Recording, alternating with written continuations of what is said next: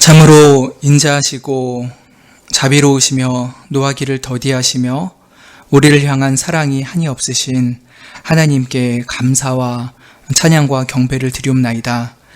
그 하나님의 자비하심이 없었다면은 우리가 어찌 감히 하나님 앞에 이렇게 설 수 있겠나이까? 주께서 우리의 범죄함을 깊이 아시고 모든 것을 아시오나 우리의 모든 죄악을 우리가 아닌 당신의 아들 예수 그리스도에게 대신 담당시키시고 우리로 하여금 하나님의 어떠한 저주도 어떠한 진노도 어떠한 형벌도 받지 않게 하여 주시고 오직 하나님의 사랑과 복락을 누리게 하여 주셔서 참으로 감사를 드립니다. 그러나 참 우리가 그 하나님을 잘 알지 못하고 그 인자하심을 쉬 잊어버립니다. 소도 그 임자를 알고 나귀도 그 구유를 알지만 참 우리는 우리의 참 주인이 누구신지도 모르고 우리의 생명의 근원되는 구유가 어딘지도 잘 잊어버리며 하나님을 떠나곤 합니다. 그러나 이러한 우리들에게도 주님 그 자비하심을 영원히 변치 않으시사 오늘도 우리에게 찾아와 주시고 주님의 자비를 깨닫게 하시고 또 그 자비 가운데 살게 해주셔서 감사를 드리옵나이다. 우리가 그 하나님의 무한하신 자비에 힘입어 우리의 모든 죄를 사죄합니다. 죄를 회개합니다. 주께서 우리의 모든 죄를 용서하여 주시옵고 또 우리가 똑같은 죄에 빠지지 않고 또 모르고 짓는 죄들을 또 깨달아 계속 같은 죄에 빠지지 않도록 은혜를 베풀어 주시기를 원합니다. 하나님 예배 가운데 하나님이 홀로 높임받아 주시기를 원합니다. 우리에게는 하나님이 참으로 높고 귀하신 분인 줄을 잘 알게 하셨사오나 또 이 세상 많은 사람들은 아직도 하나님이 어떤 분인지도 모르고 하나님을 멀리 떠나 흑암과 죽음에서 살아가고 있습니다.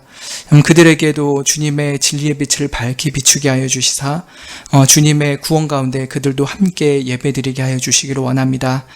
특별히 코로나로 인하여서 참 생명의 위협을 느끼고 또 경제생활에 많은 곤란함을 느끼는 사람들이 이 기회를 인하여서 자신의 무능함과 또 연약함을 철저히 깨닫고 참 생명의 근원이신 하나님께로 나오게 해주시기를 기도드리옵나이다.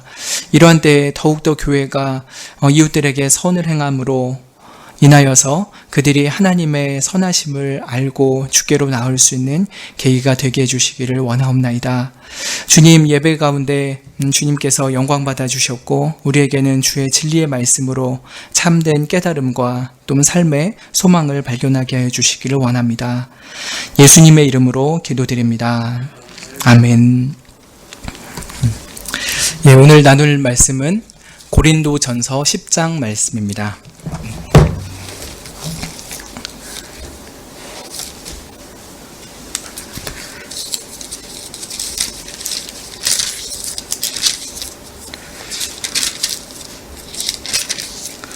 고린도전서 10장 1절부터 13절까지의 말씀 교독하겠습니다. 고린도전서 10장 1절부터 13절입니다. 형제들아 너희가 알지 못하기를 내가 원치 아니하니 우리 조상들이 다 구름 아래 있고 바다 가운데로 지나며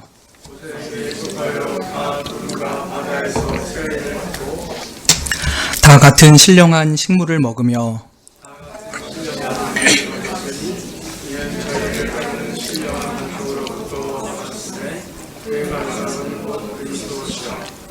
그러나 저희의 다수를 하나님이 기뻐하지 아니하신 고로 저희가 광야에서 멸망을 받았느니라.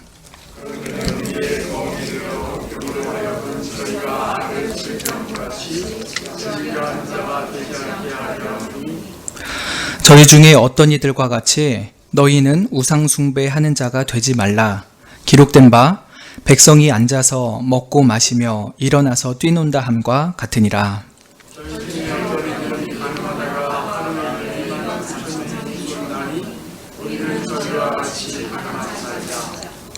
저희 중에 어떤 이들이 주를 시험하다가 뱀에게 멸망하였나니 우리는 저희와 같이 시험하지 말자.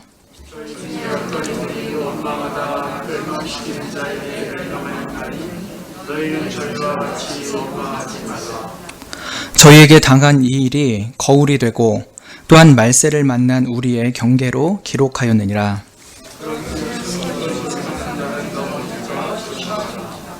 사람이 감당할 시험 밖에는 너희에게 당한 것이 없나니 오직 하나님은 미쁘사 너희가 감당치 못할 시험 당함을 허락지 아니하시고 시험 당할 즈음에 또한 피할 길을 내사 너희로 등이 감당하게 하시느니라.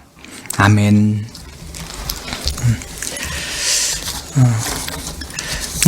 고린도는 지금의 그리스에 있었던 큰 도시였습니다. 그 당시 사도 바울 당시에 인구가 한 60만 명 정도 되는 거대 도시였죠. 요새도 60만 명 도시라면 굉장히 큰 도시인데 그 당시에면 정말 이렇게 메가시티라고 볼 수 있을 것입니다. 그곳은 지중해 동서를 연결하는 그 국제 상업 도시였습니다. 그래서 매우 풍요롭고 많은 문화가 소개되고 번창하는 곳이었죠. 그런 속에서 특히 안타깝게도 우상 숭배와 또 성적인 음란함도 매우 가득했던 도시이기도 합니다.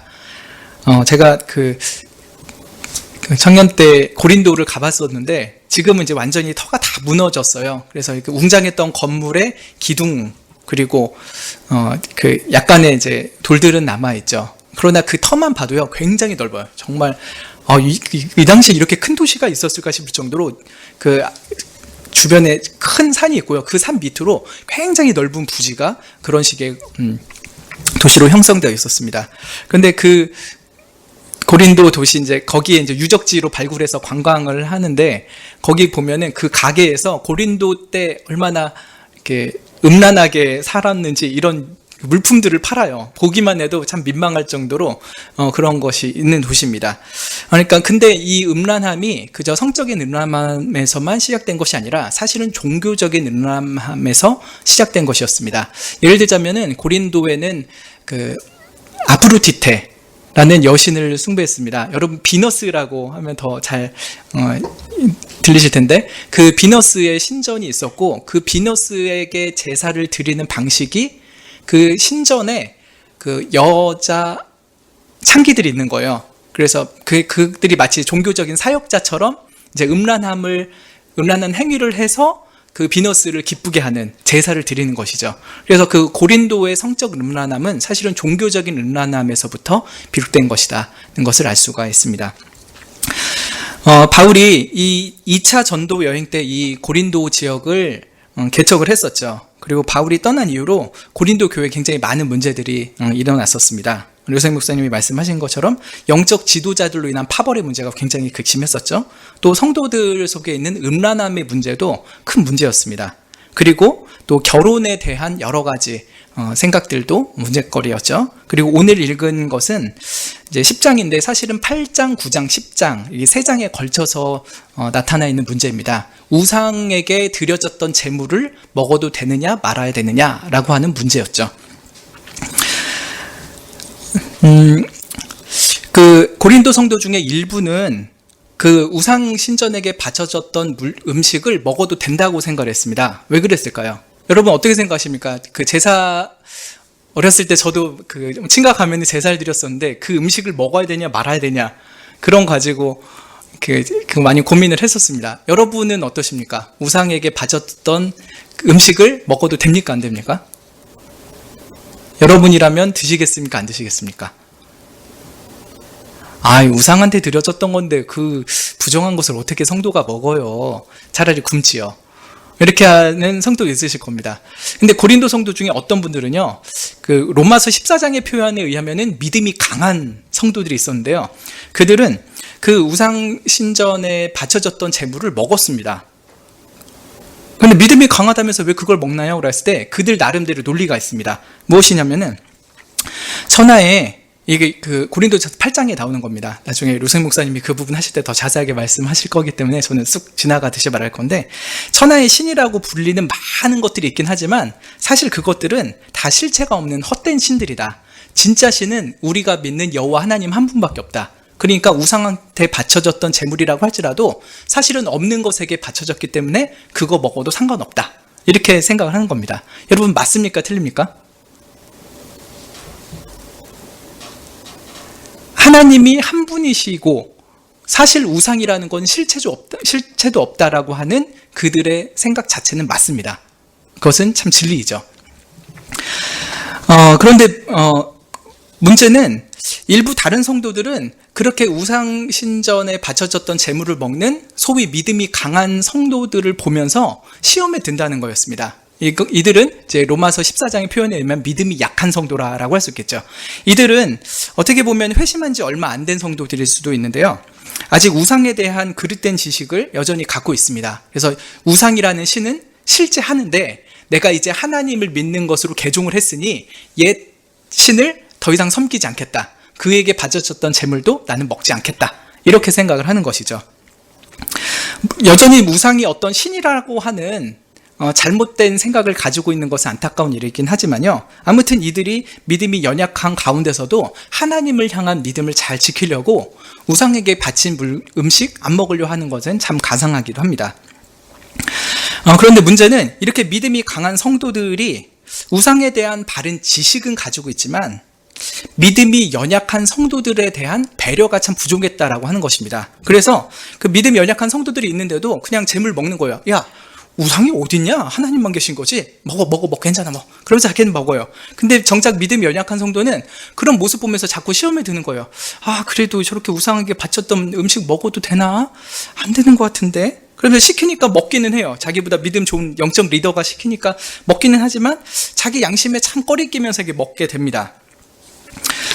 그런 것 때문에 그 고린도전서 8장 1절에서 사도 바울이 그런 자들은 지식을 좇은 것은 맞지만 사랑을 좇은 것은 아니다. 그래서 그런 지식은 교만하게 하지만 사랑은 덕을 세운다라고 하는 말을 합니다. 그래서 믿음이 강한 성도들이 자기가 아는 신앙 지식을 가지고 아는 것은 좋지만 그러나 믿음이 연약하고 아직은 잘 모르는 성도들을 향한 배려심이 부족한 것은 덕스럽지 않다. 그러니까 그들을 사랑하고 그들도 믿음으로 잘 설 수 있게끔 절제할 수 있는 것은 절제하는 것이 좋다. 이런 식으로 얘기를 해나가는 겁니다. 그래서 이 우상 제물에 대한 큰 논지는 어떻게 보면은 이 8장에서 거의 다 결론이 나는 것입니다. 그런데 이제 9장에서는 사도 바울이 나도 사실은 내가 가진 신앙의 지식을 가지고 내 마음대로 할 권리 있다. 그러면서 자기 얘기를 합니다. 그래서 예를 들면 나도 사도니까 다른 사람한테 사례비 받아서 생활할 수 있다. 베드로도 자기 아내 데리고 다니면서 사례비 받고 그런데 왜 나만 사례비 안 받고 이렇게 하냐. 나도 할 권리는 있다. 하지만 행여나 내가 돈 받으려고 사역한다라고 하는 그런 오해할 사람이 있을 수도 있으니까 내가 어떤 경우에서는 사례비 받는 것도 포기하고 사역을 한다. 이렇게 하는 이유는 내가 그리스도의 복음에 내 자유가 방해가 될까봐 두렵기 때문이다. 그렇다면은 나는 사례비를 받을 권리와 자유를 내려놓고 그 오해할지도 모를 한 성도의 영혼을 구원하는 것에 힘쓰겠다. 이런 식으로 얘기를 합니다. 사도 바울이 지금 자기 얘기하는 거는 고린도 성도들에게 무엇을 알려주려고 하는 겁니까? 그래, 우상에게 바쳐졌던 음식을 먹을 수 있는 권리 있다. 그렇지만 그것이 다른 사람에게 시험이 들게 하고 그 사람의 영혼을 넘어뜨리게 되는 거라면은 너희들도 나처럼 그 자유와 권리를 내려놓는 것이 합당하지 않겠느냐라고 하면서 좀 자기를 애둘러서 모범으로 가르치는 것입니다. 그것이 9장이었는데요. 오늘 10장에서는요. 이번에는 사도 바울이 옛 이스라엘 조상들의 예를 들면서 너희들 우상 숭배하지 말고 또 그들에게 바쳐졌던 음식도 먹지 말아라. 이런 것을 가르치려고 합니다. 그 10장의 말씀을 좀 천천히 보겠습니다. 1절을 보시면 형제들아 너희가 알지 못하기를 내가 원치 아니한다 라고 하죠. 이것은 무슨 말입니까? 쉽게 말하면 너희들이 이걸 꼭 알았으면 좋겠다. 이걸 알기를 원한다라고 하는 것이죠. 그것은 무엇이냐면요. 1절부터 4절에 있는 것인데 바로 옛 언약 속에 있었던 출애굽 1세대들이 하나님의 특별한 은혜를 받았던 사건을 기억하라라고 하는 것입니다. 그들이 그 출애굽 1세대가 있잖아요. 애굽에서 해방되어 가지고 이제 약속의 땅을 향해서 걸어가고 있었던 그 출애굽 1세대. 그들이 이제 광야에서 여러 가지 일을 겪게 되는데 그 일들 중에 매우 중요한 사건을 말합니다. 무엇이냐면 1절 하반절과 2절에서는 그들이 세례를 받았다라고 하는 것입니다. 세례. 네, 원래는 세례는 신약시대 때 베풀어졌던 거잖아요. 구약시대는 할례였고요. 근데 이 사도 바울이 출애굽 1세대들이 세례를 받았다라고 합니다. 무슨 세례입니까? 보면은 1절 하반절에 우리 조상들이 다 구름 아래 있고 바다 가운데로 지나며 라고 했죠. 구름 기둥이 그들을 인도했습니다. 그리고 그들은 홍해라는 바다를 건너게 되었죠. 그리고 2절에 모세에게 속하여 다 구름과 바다에서 세례를 받았다라고 말을 하고 있습니다. 그것은 그저 이스라엘 백성들이 홍해를 건넜던 사건은요, 그저 육적으로 어디 위험한 지역을 탈출했다, 그 정도가 아니라요, 사실은 영적인 세례였다라고 말하고 있는 것입니다. 그래서 더 이상은 바로로 표상되었던 사단과 죄의 종로로 타던 옛사람이 아니다. 이제는 너희들은 하나님이라는 참된 주인을 다시 만나고 그 하나님께 예배하기 위해서 부름을 받은 새 사람들이다. 그리고 제사장 나라고 거룩한 백성이다 라고 하는 것을 이 세례라는 것을 통해서 알게 하여 주셨다는 것이죠. 그래서 이스라엘 그 옛 출애굽 1세대들이 이제 내 주인은 마귀가 아니요, 또 바로도 아니요, 오직 하나님 한 분이십니다. 나는 그 하나님만을 예배하는 사람입니다 라고 하는 것을 이 홍해를 건너는 것을 통해서 배우게 되었다라고 하는 것을 알리는 것이죠. 그리고 3절과 4절에서는 그들이 성찬을 행했다는 것을 말합니다. 즉 같은 신령한 식물을 먹으며 다 같은 신령한 음료를 마셨으니 이는 저희를 따르는 신령한 반석으로부터 마셨음에 그 반석은 곧 그리스도시라. 그렇죠? 이스라엘 백성들이 그 광야에서 먹었던 신령한 음식이 무엇이었습니까? 하늘에서 내려오는 만나였죠. 그 만나가 신령한 식물인데, 신령한 음식인데, 그것은 참된 생명의 떡으로 오실 예수님을 예표하는 것이었죠. 그 만나는. 그리고 그들은 바위에서부터 나오는 신령한 음료를 마셨다라고 합니다. 실제로 모세가 르비딤이라는 곳에서 그 바위를 물로 쳐가지고 물이 나오게 됐고 이스라엘 백성들이 그것을 마셨죠. 근데 그 사도 바울이 해석하기를 그 바위는 그리스도였다라고 말합니다. 이제 상징적인 면이죠. 그러나 이 얘기를 하는 것은 그리스도라는 참된 생명의 근원으로부터 너희들이 생명수를 받아 마셨다. 그리고 예수님이 그 물을 쏟으시고 피를 쏟으심으로 말미암아 너희들이 영원한 생명을 얻게 되었다. 라고 하는 것이죠. 그래서 만나로서 마치 떡을 먹는 것처럼 또 반석에서 나오는 물을 마심으로써 마치 예수님의 피를 마시는 것과 같은 성찬식을 그들도 행했다라고 알려주고 있는 것입니다.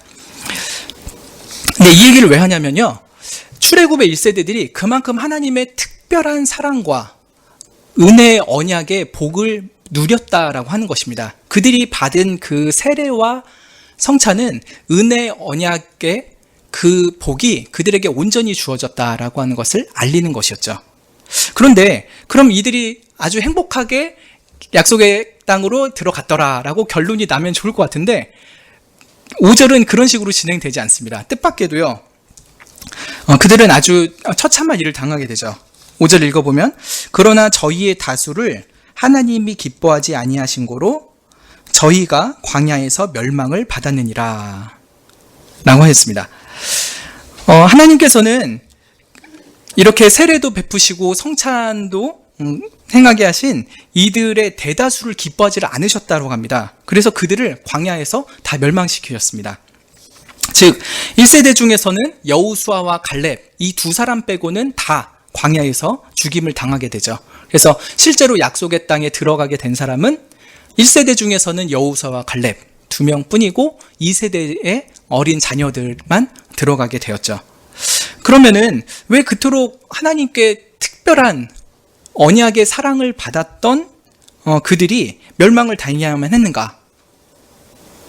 궁금해지죠. 그것에 대해서 6절에서 바울이 이렇게 말합니다. 우리 6절 말씀 같이 읽어보겠습니다.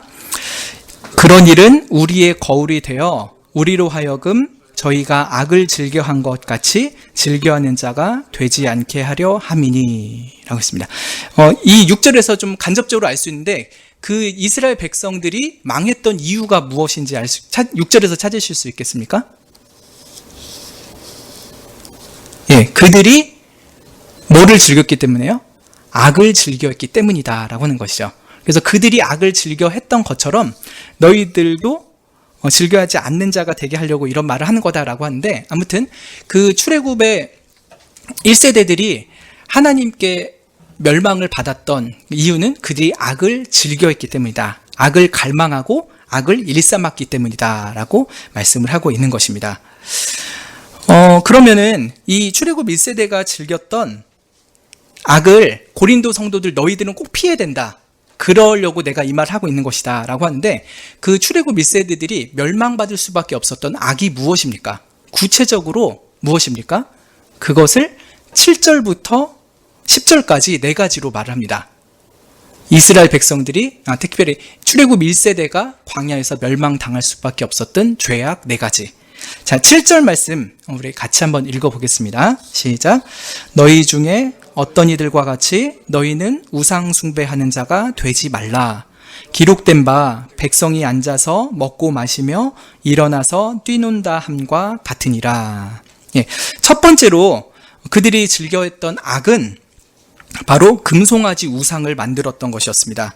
그들이 모세가 시내산에 올라가서 한참을 지나도록 오지 않자 그들이 금송아지를 만들었죠. 그리고 그 우상 앞에서 먹고 마시고 뛰어놀았습니다. 이것은 애굽에서 배웠던 그 못된 우상 숭배를 그대로 들고 와가지고 여전히 우상을 숭배하는 것이었죠. 옛사람은 이제 죽게끔 세례를 받았음에도 불구하고 그들은 옛사람의 그 악한 일들을 다시 끄집어내서 행했던 것입니다. 그것이 그들의 악이었죠. 두 번째 그들이 즐겼던 악은 무엇입니까? 8절 같이 읽어보겠습니다. 저희 중에 어떤 이들이 간음하다가 하루에 23,000명이 죽었나니 우리는 저희와 같이 간음하지 말자. 예, 두 번째 그들이 즐겼던 악은 간음이었습니다. 근데 이 간음이 그저 몸으로만 하는 간음이 아니라 사실은 영적인 간음에서부터 시작된 것이었죠. 이 사건은 민수기 25장에 나와 있는 것인데요. 이스라엘 백성들이 가나안 땅에 거의 많이 왔을 때였습니다. 그때 발람 선지자의 가르침을 따라서 미디안 여자들이 이스라엘의 남자들을 유혹하며 나옵니다. 뭐라고 유혹하냐면은 우리의 신인 바알볼에게 같이 제사를 드리고 그 음식도 먹자. 그리고 우리가 재미도 즐기자. 이런 식으로 유혹을 했던 것이죠. 실제로 이스라엘 백성들이 그 음란한 제안에 넘어가게 되었고 정말 많은 사람들이 그 미디안 여인들과 함께 바알볼에게 제사를 하고 또 그녀들과 음란한 일을 했습니다. 그래서 하나님이 그들의 죄로 인하여 진노하셨고 연병이라는 병을 보내셨죠. 그래서 하루에 23,000명이나 죽었습니다. 하루에 23,000명, 굉장히 큰 인구이죠. 저는 성경 속에서 전염병 얘기할 때 솔직히 좀 감이 안 왔어요. 전염병이 뭐가 그렇게 심하길래 그렇게 많이 죽는가 했는데, 코로나를 겪으면서 성경 속에서 하나님이 주시는 주된 형벌 중에 하나가 칼, 기근, 연병이잖아요. 근데 이 연병의 무서움이 무엇인지 좀 알겠더라고요. 정말 어떤 나라에서는 하루에 1,000명씩 죽잖아요. 어떻게 그렇게 죽을까 싶었는데, 이 코로나가 그래도 좀 약한 질병임에도 불구하고 그렇게 죽는다고 하면은 하나님께서 이 바알볼에게 우상 숭배했던 이들을 하루에 23,000명으로 그냥 전염병으로 바이러스로 죽이는 거잖아요. 그것이 충분히 가능하겠다라고 하는 것이 더 생각이 들었습니다. 아무튼 그들이 그렇게 간음하였다라고 했을 때 그들은 사실은 영적인 간음을 했던 것이죠. 우상 숭배를 했던 것입니다. 앞에서는 금송아지 우상 숭배를 했다면은 여기에서는 바알볼이라는 우상 숭배를 한 것이었습니다. 그리고 세 번째로 그들이 즐겨했던 악은 무엇입니까? 9절 말씀 읽어보겠습니다. 저희 중에 어떤 이들이 주를 시험하다가 뱀에게 멸망하였나니 우리는 저희와 같이 시험하지 말자. 여기서 주를 시험했다라고 했을 때 그 그리스도를 시험했다 이렇게 볼 수도 있습니다. 아무튼 그들이 이렇게 뱀에게 멸망당했던 시험은 민수기 21장에 기록되어 있습니다. 무슨 사건이 있었냐면은 그들이 가는 길이 굉장히 험해졌었습니다. 좀 평지 같은 데를 갈 때도 있지만 험한 길로 갈 때도 있잖아요. 길이 험해지니까 마음이 팍 상해버렸습니다. 우리도 가족끼리 여행을 갔다가 막 너무 차가 막힌다거나 힘들면은 즐겁자고 온 여행에 막 화가 나기도 하잖아요. 근데 이스라엘 백성들은 그때 너무나도 길이 험해서 마음이 방연 상했습니다. 그래서 하나님과 모세를 향해서 막 원망을 합니다. 어찌하여 우리를 애굽에서 인도하여 올려서 이 광야에서 죽게 만드냐? 이곳에는 음식도 없고 물도 없다. 우리 마음이 이 박한 음식, 이 만나를 싫어한다. 이렇게 하는 겁니다. 길도 힘들고 맨날 먹는 이 만나도 지긋지긋하고 왜 우리를 여기 끌고 와가지고 이렇게 죽게 만드냐라고 하는 것이었죠. 이것은 하나님을 향한 시험이라고 합니다. 무엇을 시험한 걸까요? 하나님의 약속을 시험한 것이고요. 하나님의 신실하심을 시험한 거고 하나님의 선하심을 시험한 것이었습니다. 당신이 정말 우리에게 약속한 거 지킨 겁니까? 당신이 정말 우리에게 성실합니까? 우리에게 선한 신이 맞습니까? 이러면서 하나님께 따지고 드는 것이죠. 그러면 왜 우리한테 이렇게 대우하십니까? 이러면서 하나님을 시험한 것이었습니다. 그런 일이 광야 가운데 굉장히 여러 번 반복되었죠. 또 10절에 보면은 그들이 지었던 네 번째 악이 있습니다. 우리 10절 말씀 읽어보겠습니다. 저희 중에 어떤 이들이 원망하다가 멸망시키는 자에게 멸망하였나니 너희는 저희와 같이 원망하지 말라. 네 번째 죄는 원망이었습니다. 앞에 시험한 거랑 좀 비슷한 면도 있긴 하지만 이건 좀 더 원망에 초점이 맞춰져 있죠. 그들은 하나님을 원망했습니다. 이스라엘의 하나님을 원망한 사건 중에서 특별히 민수기 13장이 굉장히 중요합니다. 왜냐하면 그때 이스라엘 백성들이 12정탐꾼을 보냈다가 거기는 거인들이 살고 있어서 우리는 그 앞에 메뚜기 같아 받고 우리는 그 땅에 들어갈 수 없을 것이다 라고 하면서 불시당의 보고를 듣게 되었죠. 이스라엘 백성들이 그 보고를 듣고서 밤새도록 엉엉 울니다. 그리고 하나님을 원망하였죠. 그래서 우리가 애굽 땅에서 죽었거나 이 광야에서 죽었으면 더 좋았을 것이다 라고 합니다. 어차피 죽을 건데 이렇게 생고생하지 않고 빨리 죽었으면 차라리 나았을 거다 이런 식으로 얘기를 하는 것이죠. 그리고 어찌하여 여호와가 우리를 이 땅으로 인도하여 칼에 망하게 하려 하는고, 전쟁 갔다가 우리 다 몰살당할 것이다 이런 식으로 생각을 했던 것이죠. 그래서 하나님이 이 민수기 13장과 14장의 원망 사건으로 인해서 출애굽 1세대 중에 대다수가 다 광야에서 죽게 만드셨던 결정적인 사건이 되었죠. 그리고 민수기 16장에서도 원망했던 사건이 또 나옵니다. 고라 일당이요 모세와 아론에게 대항했었죠. 왜 너희들만 대장 노릇하냐? 너희들만 잘났냐? 이러면서 하나님의 통치 원리에 대해서 거역하고 원망하는 일을 했었던 것이죠. 하나님이 그 일로 인하여서 지진과 연병을 통해 한 15,000명 정도를 죽게 만드셨습니다. 사도 바울이 고린도 성도들에게 그 옛 언약하에 있었던 출애굽 1세대들의 죄악을 왜 이야기하는 것입니까? 너희들도 그들과 똑같은 죄 지으면은 하나님한테 큰 진노를 당할 것이다. 그러니 그들과 같이 우상 숭배하거나 하나님을 시험하거나 음란히 행하거나 하나님을 원망하지 말아라 라고 말을 하고 있는 것이죠. 그런데 여러분, 그래서 11절에 저희에게 당한 이 일이 거울이 되고 또 말세를 만난 우리의 경계로 기록하였느니라 라고 말합니다. 이 11절은 6절에 있는 말씀을 다시 반복한 것과 비슷합니다. 내가 이런 말하는 이유는 너희들의 거울되게 하는 것이다 라고 하는 것이죠. 근데 사실은 거울은 좀 의역인 것 같고요. 본보기라고 하는 것이 더 바른 말로 보입니다. 출애굽 1세대들이 했던 것은 너희들에게 본보기로 보여주는 것이다 라고 하는 것이죠. 그러나 안타깝게도 좋은 본보기는 아니고 이제 악한 본보기라고 할 수 있겠죠. 아무튼 너희들이 출애굽 1세대 그 옛 조상들이 당했던 이 일을 거울 삼아서 말세를 살아가는 우리들이 어떻게 살아야 될지 잘 교훈을 받아야 할 것이다 라고 11절에서 말을 하고 있는 것입니다. 여러분, 이 말세는 언제입니까? 고린도 성도들이 속해 있는 말세이잖아요. 그러니까 우리가 생각하기에 예수님 오시기 직전에 그런 말세가 아니라요. 신약시대, 즉 예수님의 초림 때부터 이미 말세가 시작이 되었습니다. 그러니까 고린도 성도들도 그 말세에서 살아가고 있죠. 그리고 주님 다시 오시는 날까지 계속해서 말세라고 한다면은 이 11절에 했던 그 말세에 대한 말씀은 고린도 성도들 뿐만 아니라 똑같이 말세를 살아가고 있는 우리들에게도 주고자 하는 교훈이라고 할 수 있을 것입니다. 그래서 우리는 이 말씀을 그저 옛날의 고린도 성도들, 거의 2000년 전 성도들이잖아요. 그 사람들에게만 한 말이 아니라 사실은 똑같이 말세를 살아가고 있는 우리들에게도 주신 하나님의 가르침이구나 라고 하는 마음으로 이 말씀을 받으면 좋을 것 같습니다. 그렇다면 이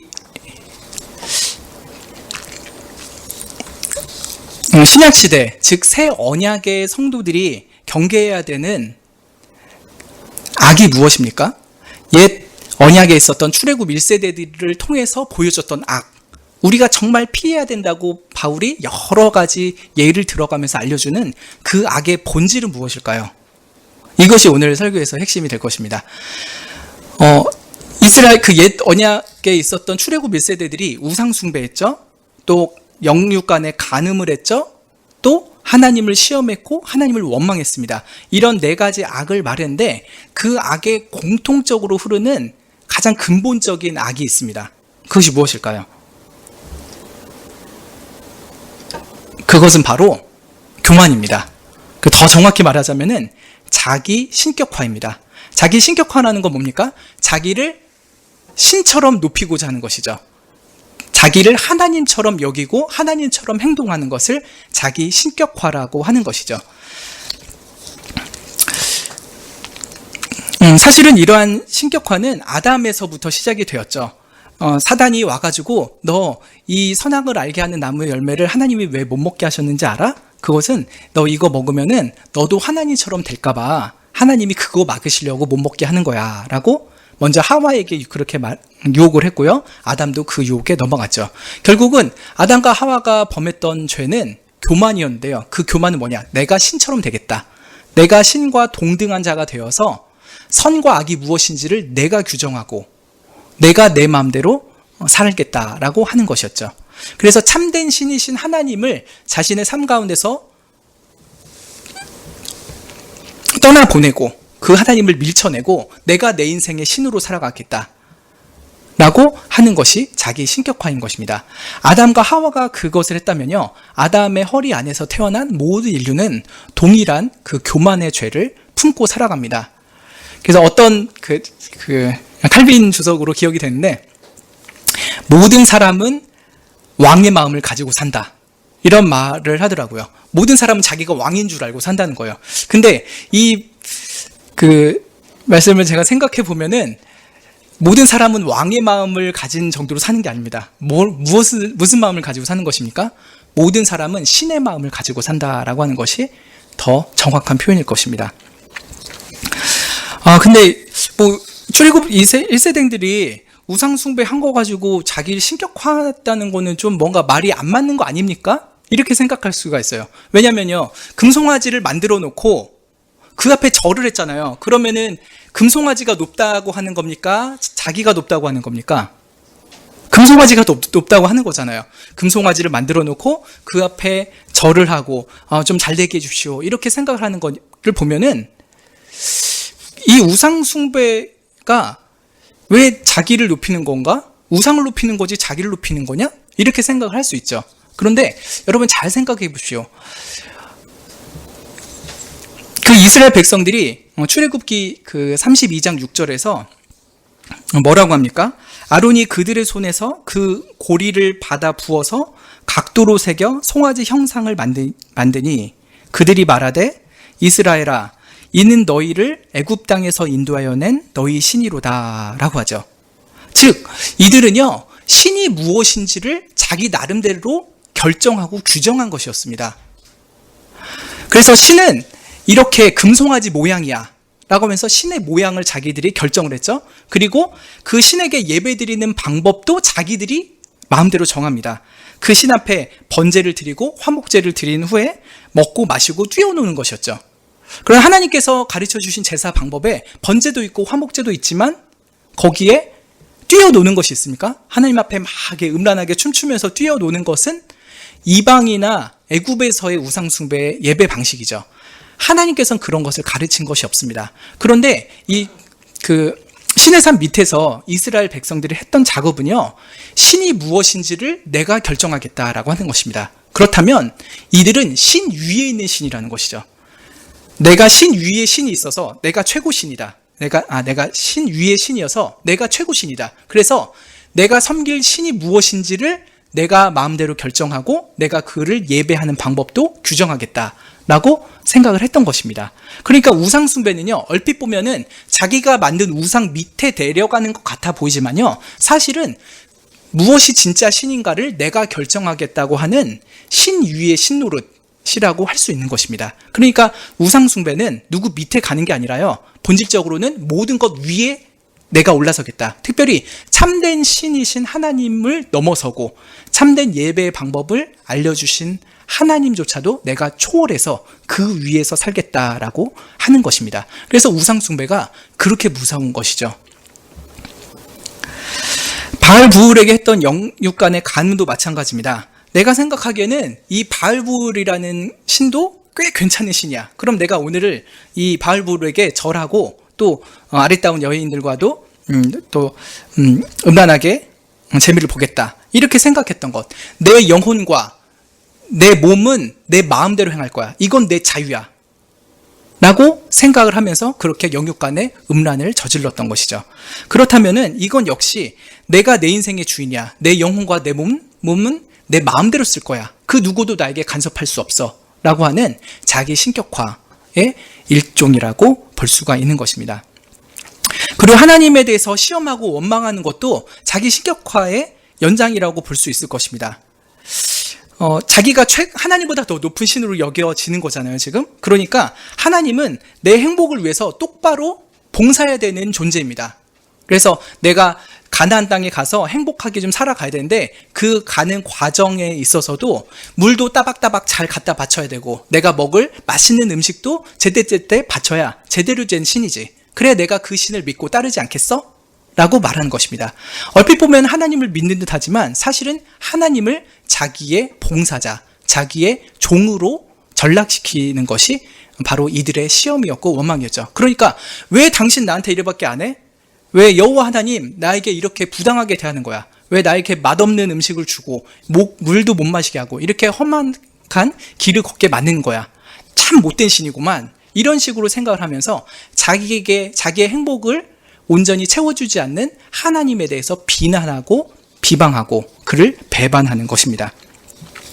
그래서 우상숭배라는 것, 그리고 하나님을 원망하고 시험하는 이 모든 것들의 근원은 내가 하나님보다 더 높은 신이다라고 하는 우리도 알지 못하는 교만인 것입니다. 우리가 이걸 의식하고 이러지는 않아요. 대부분의 사람은 나는 신 아래에 있다 이렇게 생각해요. 성도들, 믿는 분들은 더더욱 그렇게 생각하죠.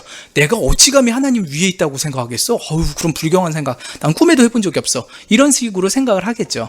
그렇지만 우리는 무의식 중에 교만이라는 죄를 정말 많이 짓고요. 그 교만의 가장 본질은 자기 신격화라고 하는 것입니다. 그래서 내가 믿을 신도 내가 정하겠어. 내가 믿고 싶은 신은 이러한 성격을 가지고 있어. 그래서 내가 이렇게 하면은 나에게 복을 주고 내가 이렇게 하면은 나에게 해를 주는 신이야. 자기가 그렇게 신을 만들어 놓고 고안을 하는 것입니다. 마치 어린아이들이 상상을 하는 것처럼요. 나는 커서 이런 거가 될 거야. 자기 마음대로 상상하잖아요.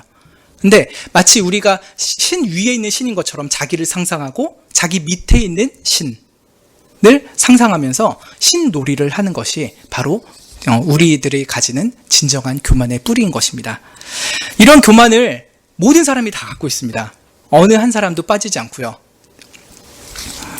그래서 이러한 교만이라는 것이 우리 가운데 늘 우리를 괴롭게 하죠. 특별히 성도들은 이러면 안 되는데 하는 것을 알면서도 이런 죄를 짓곤 하기 때문에 더더욱 마음에 가책이 있는 것이죠. 그래서 이러한 우상숭배의 죄악, 특별히 자기 식격화라는 죄에 늘 노출되어 있는 우리들에게 사도 바울이 그 실제적인 권면을 12절과 13절에서 합니다. 12절에서는요, 우리들의 영적 교만을 경계하는 말씀을 합니다. 우리 12절 말씀 같이 읽어보겠습니다. 그런즉 선줄로 생각하는 자는 넘어질까 조심하라. 했죠. 고린도 성도들 중에 자기는 영적으로 굉장히 탁월한 지식을 가지고 있다. 예를 들면은 진짜 신은 하나님 한 분밖에 없어서 우상은 아무것도 아니다. 그러니까 그에게 바쳤던 잼을 먹어도 상관없다. 이렇게 생각하는 이들이 있었죠. 그래서 자기는 굉장히 탁월한 신 지식을 가지고 있고, 그래서 자기가 행하는 것은 아무 문제가 없다라고 생각을 하고 있었습니다. 나는 서 있다. 영적으로 아주 굳건하게 서 있다라고 생각을 하고 있었던 것이죠. 나는 이미 완전한 신앙 지식을 가지고 있고 신 지식을 정립했어. 그리고 내가 행하는 이런 것들은 아무 문제가 없지. 이렇게 생각을 하고 있었죠. 그러나 사도 바울은 그렇게 생각하는, 특히 믿음이 강하다고 자부하고 있는 고린도 성도들에게 말합니다. 선줄로 생각하는 자는 넘어질까 조심해라. 너 넘어질 수 있다. 딱 그럴 때 넘어지는 것이다. 자기가 하나님보다 더 잘난 것처럼, 그래서 믿음이 약한 성도들이 어떻게 되든가 상관없는 것처럼 행동하는 너의 그런 영적인 교만 때문에 너는 넘어지고야 말 것이다. 참된 신지식이 무엇인지, 그리고 참된 신앙이 무엇인지 다 아는 척하고 있지만 사실은 잘 알지 못하고 있다라고 하는 것이죠. 실제로 그 고린도전서 8장 2절에서는 뭐라고 하냐면, 만일 누구든지 무엇을 아는 줄로 생각하면 아직도 마땅히 알 것을 알지 못하는 것이라 라고 합니다. 믿음이 강한 성도는 내가 신지식에 대해서는 다 안다. 내가 우상의 본질도 다 꿰뚫어 보고 있다. 그러니까 우상에 바쳤던 잼을 먹어도 된다라고 생각하는 것이죠. 그런데 그렇게 무엇을 제대로 알고 있는 줄로 착각하고 있는 자는 마땅히 알아야 될 것을 제대로 알지 못하는 자다. 잘 알지도 못하면서 다 안다고 생각하고 있다라고 말하고 있는 것이죠. 그래서 그렇게 영적으로 교만한 상태에 있다면은 넘어질까 조심해라 라고 그들에게 권면을 하고 있는 것입니다. 잠언 16장 18절에 우리가 잘 아는 말씀이 있죠. 교만은 패망의 선봉이요 거만한 마음은 넘어짐의 앞잡이라 했습니다. 이 고린도의 소위 믿음이 강하다라고 한 성도는 자기가 하나님 위보다 더 높아질 거라 이런 생각은 하지 않았을 것입니다. 오히려 하나님은 한 분밖에 없고 나는 그 하나님을 잘 섬기는 좋은 성도입니다. 이 정도로만 생각하고 있었겠죠. 그러나 그조차도 사실은 교만함이 있었고 하나님이 그의 성도들 한 사람도 넘어지지 않게 하시고자 하는 그 하나님의 깊은 사랑과 구원의 은혜가 무엇인지를 잘 알지 못하면서 교만한 상태에 있는 자였습니다. 그래서 그런 자들에게 넘어질까 조심하라 라고 경고를 하고 있는 것이죠. 그리고 13절에서는 그런 영적인 교만을 인하여서 절망할 수 있는 사람들에게 격려의 말씀을 줍니다. 우리 이 13절 말씀은 굉장히 많이 묵상을 하게 되는 것이죠. 13절 말씀 같이 한번 읽어볼까요? 시작. 사람이 감당할 시험 밖에는 너희에게 당한 것이 없나니 오직 하나님은 미쁘사 너희가 감당치 못할 시험 당함을 허락지 아니하시고 시험 당할 즈음에 또한 피할 길을 내사 너희로 능히 감당하게 하시느니라. 예, 이 말씀을 얼핏 보면요, 하나님께서 감당할 시험만 주시니까 걱정하지 말아라. 하나님은 신실하셔서 우리에게 결국은 시험을 다 이기게 하실 것이다 라고 합니다. 참 날마다 여러 가지 시험을 당한 우리에게 위로와 격려, 소망이 되는 말씀이 아닐 수가 없습니다. 근데 가끔씩 이 13절의 말씀이 이 가까운 문맥에서 좀 이탈된 채 그냥 일반적인 모든 시험에서 우리를 보호하시는 하나님이다 이런 식으로 해석되곤 해요. 그런데 여러분 문맥을 잘 보십시오. 이게 일반적인 시험을 말하는 걸까요? 그러지 않고요. 좀 더 특수하고 어떻게 보면 좀 좁은 의미에서 시험이라고 할 수 있을 것입니다. 앞에서 계속 우상 숭배의 죄악에 빠지지 말아라. 또 우상에게 바쳐졌던 재물을 먹지 말라라고 하면서 이 13절이 등장하죠. 앞에선 그래요. 근데 뒤에서 봅시오. 14절 말씀 보면요. 그런즉 내 사랑하는 자들아 우상 숭배하는 일을 피하라라고 합니다. 계속해서 우상 숭배에 대한 얘기를 하는 거예요. 앞에서도 우상 숭배, 뒤에서도 우상 숭배를 얘기하면서 13절이 자리를 하고 있는 것이죠. 그럼 이 13절에서 말하고 있는 시험이란 무엇이겠습니까? 육신의 질병, 또 죽음의 위협을 당하는 그런 시험, 혹은 도둑질이라도 하고 싶을 정도로 가난함을 겪는 시험, 또 코로나로 인해서 여러 가지 두려움을 겪는 시험들, 또 사단의 정죄라는 시험, 또 사람들과의 관계라는 시험, 이런 여러 가지 보편적인 시험이라기보다는 이 가까운 문맥만 봤을 때는 교만이라는, 특히 자기 신격화라는 시험을 말하고 있는 것이 아닐까, 이렇게 생각을 할 수 있을 것입니다. 물론 넓은 의미에서는 아까 말했던 그런 여러 가지 일반적인 의미에서의 시험에서 우리를 구하시는 하나님을 말하는 것은 맞습니다. 넓게는 그렇게 적용할 수 있지만요, 그러다 적어도 이 가까운 문맥에서 국한해서 봤을 때는 이 시험이 우상숭배에 연결된 시험이다라고 보는 것이 1차적인 해석에 합당할 것입니다. 이 13절 말씀을 좀 더 자세히 보면요, 크게 세 부분으로 나눠지죠. 사람이 감당할 시험 밖에는 너희에게 당한 것이 없나니 라고 되어 있는데요. 이게 좀 약간 번역이 그래요. 사실은 사람이 당하는 시험 밖에는 너희에게 당한 것이 없나니 라고 보는 것이 맞거든요. 마치 감당할 시험이라고 해서 모든 시험을 다 감당할 만한 것만 주신다, 이렇게 생각할 수 있는데 그게 아니라요, 모든 사람, 하나님을 믿든지 안 믿든지 모든 사람들이 당하는 시험 외에는 너희들이 당하지 않는다라고 하는 거예요. 그러니까 우리 성도들이 당하는 시험은 사실은 모든 사람이 당하는 시험이랑 똑같다, 이 말을 하는 것이에요. 그 감이라는 글자만 딱 빼면은 더 잘 와닿습니다. 사람이 당하는 시험 외에는 너희에게 당한 것이 없다. 그러니까 모든 사람이 당하는 시험을 너희들도 당하고 있을 뿐이다라고 하는 것이죠. 이해가 되십니까? 예, 감당할 만한 시험이 아니라 모든 사람이 겪는 시험을 너희들도 겪고 있는 것 뿐이다, 이런 의미라는 것이에요. 그래서 좀 이 부분이 좀 이 구절을 해석하는 데서 가장 중요한 키포인트가 되지 않을까 싶습니다.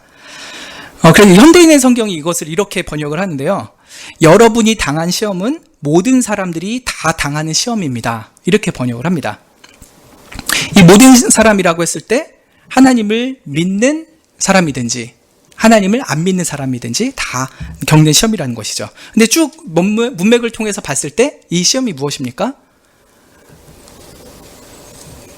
우상을 숭배하고 싶어하는 교만, 특별히 자기가 신이 무엇인지를 결정하고 신을 섬기는 것까지도 규정하고 싶어하는 자기 신격화라는 교만이죠. 이것은 아담 이후로 태어나는 모든 사람이 겪는 교만이죠. 자기 신격화는 모든 사람이 다 갖고 있는 시험입니다. 그래서 그런 모든 사람이 겪는 시험을 지금 너희들도 겪고 있는 것이다 라고 하는 것이에요. 그런데 특별히 우리 성도들에게는 하나님의 은혜가 있습니다. 모든 사람이 자기 신격화라는 악한 교만한 마음을 갖고 태어나서 그렇게 살지만요, 성도들에게는 그런 자기 신격화라는 교만을 버릴 수 있는 은혜를 주신다고 하는 것을 뒷부분에서 말합니다. 무엇입니까? 오직 하나님은 미쁘시다는 것은 신실하다라고 하는 것이죠. 우리를 향한 그 은혜로운 언약에 신실하신 하나님은 어떤 일을 하십니까? 너희가 감당치 못할 시험 당함을 허락지 아니하신다 라고 하였죠. 하나님은 우리가 무서운 교만이라는 시험, 즉 하나님을 참된 주인으로 믿는다고 고백하고 그래서 세례도 받고 성찬도 참여함에도 불구하고 또다시 자기를 신격화하고 자기를 우상화하는 우리들이 겪는 시험에 넘어지게 하지는 않으신다라고 하는 것입니다. 때로는 그런 시험에 넘어지죠. 그렇지만 그것에서 영영이 넘어지고 멸망당하는 그런 일까지 겪게 하지는 않으신다라고 하는 것입니다.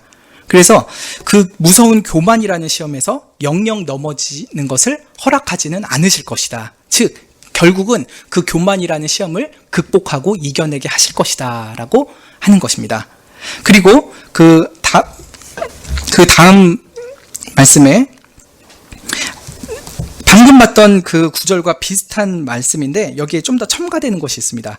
시험 당할 즈음에 또한 피할 길을 내사라고 하죠. 너희로 능히 감당하게 하시느니라 했습니다. 이거는 좀 이렇게 번역을 할 수 있을 것 같습니다. 하나님께서 시험과 함께 혹은 시험과 더불어서 피할 길도 주신다. 그 시험 당할 즈음에 마치 어떤 때를 말하는 것 같은데요. 그게 아니라 시험과 함께 피할 길도 주신다. 시험을 주심과 동시에 그 시험을 피할 길도 주신다라는 의미인 것이죠. 그래서 우리가 능히 그 교만이라는 시험을 감당하게 하신다라고 하신 것입니다. 하나님께서 우리 인생 가운데 때로는 교만한 일을 하는 그런 시험을 당하기도 하십니다. 또 어떤 성공을 겪기도 하고요. 어떤 편안한 시간을 보면은 교만한 마음이 스물스물 올라오기도 하죠. 돈을 잘 벌다거나 어떤 것에 성취하면은 막 내가 너무 잘난 것 같아 하면서 막 그 교만함이 올라옵니다. 그런데 하나님께서 그런 시험을 당하는 상황도 우리에게 주시지만요, 또 동시에 그 시험을 피할 수 있는 길도 주신다라고 말씀을 하십니다. 그 교만이라는 시험을 피할 길이 무엇일까요?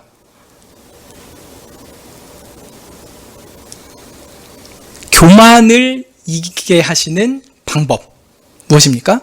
우리에게 그 두 가지가 있는데, 한 가지는요, 우리에게 겸손을 가르치는 것입니다. 내가 신이 아니구나. 나는 철저히 하나님의 은혜로 오늘을 살아가고 있구나. 내가 지금 무엇인가를 먹을 수 있는 것도, 내가 몇십 년 광야 인생길을 걸어갈 수 있는 것도 다 하나님의 은혜이구나. 그래서 내가 잘나서 사는 것이 아니요, 하나님의 은혜 때문에 살고 있구나 하는 것을 깨닫게 하시는 것이 바로 하나님이 우리에게 주시는 피할 길입니다. 바로 겸손을 가르치는 것이죠. 이것을 신명기 8장에서 이렇게 모세가 가르쳤죠. 여호와 하나님이 이 40년 동안에 너로 광야의 길을 걷게 하신 것을 기억해라. 하나님께서 주셨던 은혜의 길을 한번 회상해 보라라고 하는 것이죠. 이는 너를 낮추시며 너를 시험하사 내 마음이 어떠한지 그 명령을 지키는지 아니 지키는지 알려 하심이라. 너를 낮추시며 너로 줄이게 하시며 또 너로 알지 못하며 내 열조도 알지 못하던 만나를 내게 먹이신 것은 사람이 떡으로만 사는 것이 아니요 여호와의 입에서 나오는 모든 말씀으로 사는 줄을 너로 알게 하려 하심이라. 그래서 하나님께서 이 광야 40년 동안에 그 만나라는 것을 먹고 살면서 정말 내 능력을 어떻게 이 광야에서 먹고 살았겠느냐, 정말 하나님께서 주시는 신령한 음식, 생명의 떡, 이거 먹고서 내가 살아왔지 하는 것을 철저히 깨닫게 하시는 것이 없다라고 합니다. 그래서 그저 떡만 주신 것이 아니라 하나님의 입에서 나오는 말씀을 주심으로 인해서 내가 떡으로 사는 것만이 아니라 하나님 말씀으로 사는 사람이구나 하는 것을 깨닫게 하셨다는 것이죠. 그리고 이 40년 동안에 내 의복이 헤어지지 아니하였고 내 발이 부르지 아니하였느니라 라고 했죠.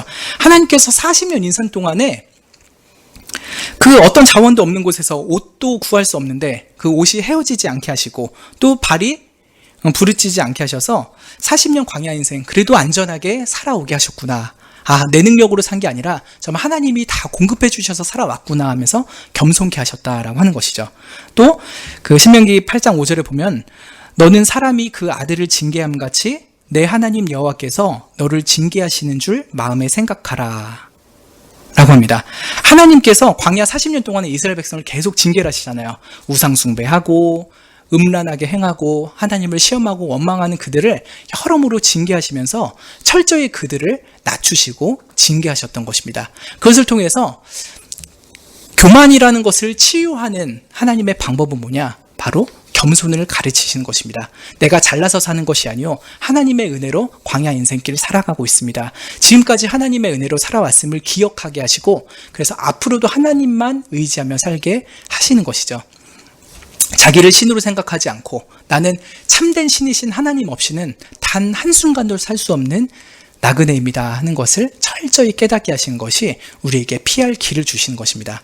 여러분, 그래서 우리가 그런 거 늘 경험하지 않습니까? 때로는 교만해요. 우리 정말 교만할 때가 얼마나 많이 있습니까? 그러나 그 가운데서 하나님께서 과거의 은혜를 기억하게 해서 겸손하게 하시기도 합니다. 그래도 잘 겸손이 안 되면은 우리를 징계하셔서라도 때려서라도 겸손하게 하시죠. 야, 네가 잘나서 사는 것 아니다. 다 내 은혜로 사는 것이다.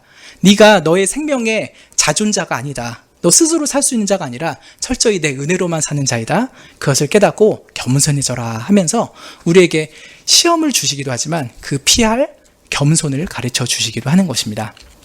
그래서 우리에게 신격화를 피할 수 있게 하시는 길은 우리에게 참된 겸손을 가르치는 것입니다. 두 번째로 하나님께서 우리에게 주시는 피할 길은 고린도전서 10장 마지막 부분에 있습니다. 우상 숭배하지 말라라고 하는 얘기를 쭉 하면서 그 고린도전서 10장에서 마무리를 뭐라고 하냐면요, 이렇게 하는 것입니다. 근데 이것이 바로 이 13절에서 말하는 피할 길이 무엇인지를 알려주신 거라 할 수 있습니다. 고린도전서 10장 30절부터 31절부터 33절의 말씀인데요. 우리 같이 한번 읽어보겠습니다. 고린도전서 10장 31절부터 33절. 자기 신격화를 피할 수 있는 길이 무엇인가를 여기서 우리에게 알려주시는 거예요. 31절부터 읽겠습니다. 그런즉 너희가 먹든지 마시든지 무엇을 하든지 다 하나님의 영광을 위하여 하라. 유대인에게나 헬라인에게나 하나님의 교회나 거치는 자가 되지 말고 나와 같이 모든 일에 모든 사람을 기쁘게 하여 나의 유익을 구치 아니하고 많은 사람의 유익을 구하여 저희로 구원을 얻게 하라. 이것은 뭐냐면요, 우리가 우리 신격화를 피할 수 있는 길은 뭐냐면 우리의 존재 목적이 무엇인가를 분명히 배우는 것입니다. 우리는 왜 존재합니까? 우리의 존재 목적은 무엇입니까? 이 부분에서 사도 바울은 두 가지를 가르치고 있습니다. 한 가지는 하나님의 영광을 사는 것이 우리의 존재 목적이다라고 하는 것이죠. 우리가 무엇을 먹든지 마시든지 무엇을 하든지 간에 다 하나님의 영광을 위해서 하는 것이죠. 자기 영광을 위해서 뭔가를 한다는 것은 자기를 신격화하는 것이죠. 나는 나를 높이기 위해서 살아, 나는 내 만족을 위해서 살아라고 하는 것이 자기 신격화라고 한다면 우리는 그런 존재로 부름받지 않았다는 것을 깨달으라 하는 것입니다. 우리가 살면서 어떤 음식을 먹든지 마시든지 간에 또 무엇을 하든지, 직장에서 일을 하든지 학교에서 공부를 하든지 놀이터에서 뛰어놀든지 무엇을 하든지 간에 다 하나님의 영광만을 위해서 살아라. 너희가 하는 모든 것이 참된 신이고 유일하게 영광 받으시기에 합당하신 하나님의 영광만을 위해서 해야 된다라고 가르치고 있는 것입니다. 그것이 우리를 신격화하지 않고 하나님만을 높이게 하는 비결인 것이죠. 그리고 32절과 33절에서는 유대인이나 헬라인 또 하나님의 교회에 거치는 자가 되지 말고 그들의 유익을 위해서 살라고 하는 것입니다. 즉 이웃의 유익과 교회의 유익을 위해서 살라라고 하는 것입니다. 우상숭배, 믿음이 강하다면서 그 우상의 제물을 먹었던 사람은 사실은 자기의 유익을 구하는 것이죠. 굳이 그 고기 안 먹어도 되잖아요. 근데도 그 고기 먹는 것은 나 고기 맛 좀 보고자 하는 것이죠. 그리고 어떻게 보면은 자기의 신앙에 대한 우월감을 드러내고 싶어 하는 것일 수 있겠죠. 야, 너희들은 믿음 약해서 이거 못 먹지. 사실은 나는 믿음이 강해서 이런 것도 먹는다? 이런 식으로 자기의 유익과 자기 만족을 위해서 했던 것인데요. 그런 건 하지 말라. 그래서 우상에게 바쳐졌던 제물 먹지 않는 것은 이웃의 구원을 위해서, 특별히 많은 성도들도 시험당하지 않고 그들도 영적인 유익을 받기 위해서 안 먹어야 되는 것이다 라고 가르치는 것입니다. 그래서 우리가 참 늘 우리를 교만하게 하고 싶은 마음이 들지만 하나님께서 우리에게 피할 길을 주십니다. 그것은 우리에게 겸손을 가르쳐 주시는 것이고요. 특별히 우리의 존재 목적을 깨닫게 하시는 것입니다. 우리가 하나님의 영광을 위해서 살고 구원받지 못한 이웃들과 또 구원받은 성도들의 유익을 위해서 하루하루를 살아가는 존재다라고 하는 것을 명심하라라고 하는 것이죠. 그렇게 살다 보면은 우리 자신을 신격화하고자 하는 생각은 전혀 없어지고 정말 하나님만을 위하고 또 교회와 이웃들을 위하고자 하는 참된 성도의 마음으로 살게 될 것입니다. 참된 지식뿐만 아니라 참된 사랑까지도 겸비한 진정한 믿음이 강한 성도가 되는 것이죠. 그런 성도가 되게 해주시는 은혜를 구하면 좋겠습니다. 기도하고 마치겠습니다. 하나님, 참 우리 자신을 늘 눕히고자 하는 마음이 있습니다.